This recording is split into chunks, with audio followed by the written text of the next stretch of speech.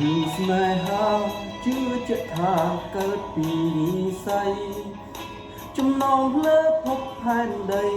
ចាឲ្យស្រីជាគូព្រេងបង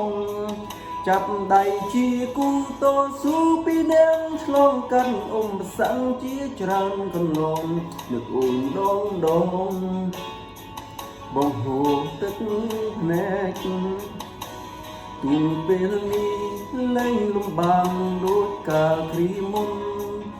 តែជីវិតប្តីប្រពន្ធលែងមិនសូវជួបគ្នាចូលជែករវល់រៀងខ្លួនអូនមើលថាកូននឿយហត់បងក៏មិនបានចែករំលែកអូនលួចទឹកភ្នែកស្មានថាបងផ្លាស់ប្ដូរចិត្តដាគ្មានថ្ងៃនោះទេគ្មានអ្នកណាល្អជាងប្រពន្ធ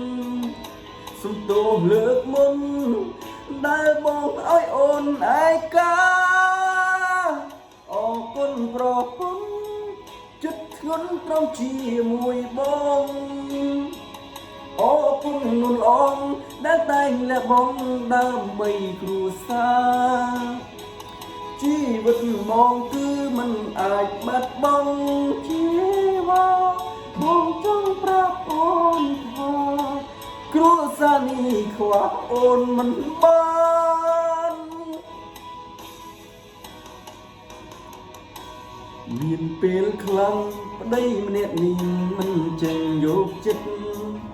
ធ្វើឲ្យតូចតន់ងោមិត្តអូនគិតច្រើនបងក៏ដឹងច្បាស់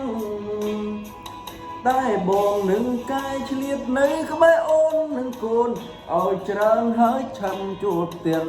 អរគុណខ្លាំងណាស់ដែលបងមានអ្នកគ្រប់គ្នា